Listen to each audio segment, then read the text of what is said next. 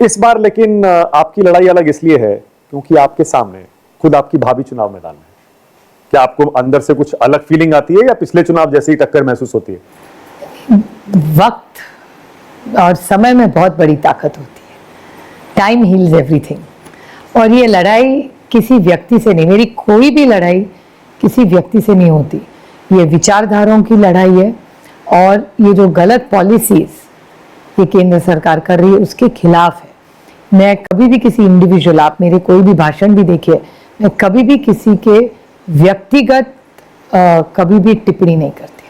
हाँ, लेकिन सुनेत्रा पवार आपकी भाभी को आपके खिलाफ उतारकर आपको लगता है ये अनफेयर, गलत किया है अजीत दादा ने, बीजेपी ने या एनसीपी के उस गुट ने? बीजेपी का षड्यंत्र है शरद पवार जी के खिलाफ, क्योंकि बीजेपी के एक वरिष्ठ नेता है चंद्रकांत पाटिल, वो बारामती आए थे और उन्होंने कहा था एक वक्तव्य में 15-20 दिन पहले कि हम शरद पवार जी को खत्म करना चाहते हैं।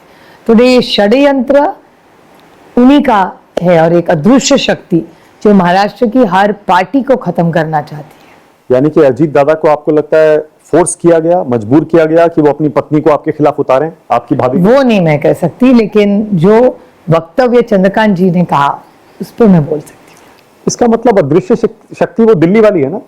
हाँ, अदृश्य शक्ति दिल्ली में ही है। पर नरेंद्र मोदी क्यों शरद पवार को खत्म करना चाहेंगे? वो तो उनको अपना राजनीतिक गुरु मानते हैं। इस सवाल का जवाब आप उनको ही पूछना पड़ेगा। पर आपका असेसमेंट क्या है, क्यों आपकी पार्टी को या शरद पवार को खत्म करना चाहती है बीजेपी? क्योंकि उनके खिलाफ जो लड़ रहा है, बड़ी ताकत लगा के लड़ रहा है, वो सारी पार्टियां वो खत्म करना चाहते हैं। ऐसा नड्डा जी ने तो कहा था कि हम हर पार्टी खत्म करेंगे, 1 पार्टी 1 नेशन। तो ये तो लोकतंत्र पे विश्वास ही नहीं रखते, ऐसा तो लगता है जब नड्डा जी बोले थे। तो आप कैसे बचाएंगे अपनी पार्टी सुप्रिया जी? पार्टी नहीं, लड़ेंगे पूरी ताकत से। ये लोकतंत्र है और एक सशक्त लोकतंत्र में जितनी सत्ता मायने रखती है उतना विपक्ष भी रखता है। हम भी सत्ता में बहुत साल रहे, हमेशा हमने विपक्ष का मान सम्मान ही किया है और होना ही चाहिए।